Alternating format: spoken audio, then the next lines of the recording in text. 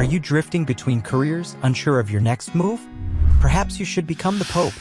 Leader of the Holy Roman Catholic Church is a prestigious position that offers excellent perks, including international travel, job security, frequent media appearances, and elaborate hats. You can name your own hours, hire your friends for any position you'd like, and supervise a small but wealthy city-state. If you're into job titles, how does successor of the Prince of the Apostles grab you? That's one of 8 titles you'll inherit, all of which are more impressive on LinkedIn than Assistant District Manager. If the papacy sounds like a career opportunity you'd like to explore, here's how to land the job. How much does the Pope make? Let's start with the money. According to salary comparison site comparably.com, the average Pope in the United States earns $46,077 per year, but this is inaccurate. The position of the Pope offers no salary. The idea is that you are living as Christ lived, off the kindness of others. But over a few thousand years, those others have been very generous. The Vatican City State and the Catholic Church are worth an estimated $30 billion, and it's essentially at your disposal. As the absolute monarch of a small nation, you can have anything you'd ever want or need just by asking for it. So the pay is low, but the benefits are good. How is the Pope selected?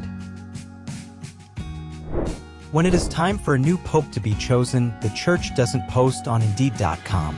Instead, up to 120 cardinals, bishops, and Vatican officials gather in Rome to hash out who gets the job. It's not exactly an open process. Cardinal electors take a vow of absolute secrecy before locking themselves in the Sistine Chapel to hold papal elections. Presumably, the cardinals discuss who would be the best choice to meet the needs of the Church. There's probably politicking. Alliances and voting blocs are formed, and relationships are tested. I imagine it's like Survivor. Someone probably says, "I came here to be Pope. I didn't come here to make friends." The actual election goes like this. Each cardinal writes the name of their choice on a piece of paper, and they proceed, one by one, to solemnly drop their vote in a chalice. Dramatic much?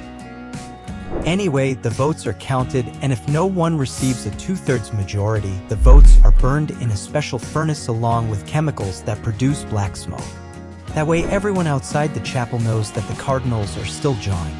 There are 4 rounds of voting per day, and the process goes on until some lucky fellow gets the nod. If there are 34 elections and no clear winner, the cardinals can choose any method of selection they want. Back in the 1270s, Pope Gregory X decreed that the longer the conclave lasted, the less food would be given to the cardinals, but that rule was sadly rescinded. Once the cardinals have agreed on a person, you got a new pope. The ballots are burned with chemicals that produce white smoke. The newborn pope chooses his pope name, is dressed in fancy clothes, and gets paraded out to the balcony of St. Peter's to be introduced to his adoring fans. Getting your name on the papers.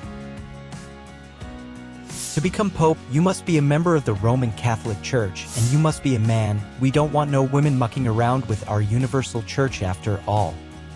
That's really it. You don't need a degree from community college or any specific certification or training.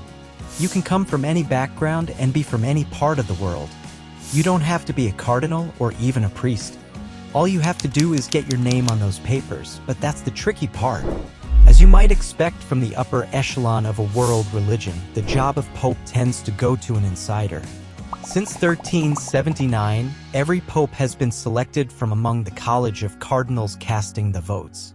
So if you haven't spent your life moving up the ranks of the Catholic Church to get into the special Pope picking room, you're going to have to get creative. Underhanded influence on cardinal electors. In the modern era, new popes are chosen either when the old pope dies or when the current pope resigns. Either way, there is generally a 15 to 20-day period between the end of the last pope's reign and the papal conclave. This popeless period is your best opportunity to influence the vote. Rousing the rabble. A path to the papacy. Modern papal succession is relatively stable, but this hasn't always been the case. In 1268, the papal conclave lasted for almost 3 years, and it only ended when a local mob locked the cardinals up and fed them nothing but bread and water while demanding they pick up a pope or suffer great violence and death. In the 14th century, Roman peasants again broke into the conclave to ensure that the cardinals not choose a French pope. They told the cardinals, "Give us a Roman pope or your heads will be as red as your hats." The cardinals chose an Italian as a compromise, but Pope Urban VI immediately began castigating the cardinals and forbade them from accepting payoffs from kings and pocketing the money from the collection plate. As you'd expect, he was deposed and another pope was elected. Don't mess with people's livelihoods, right?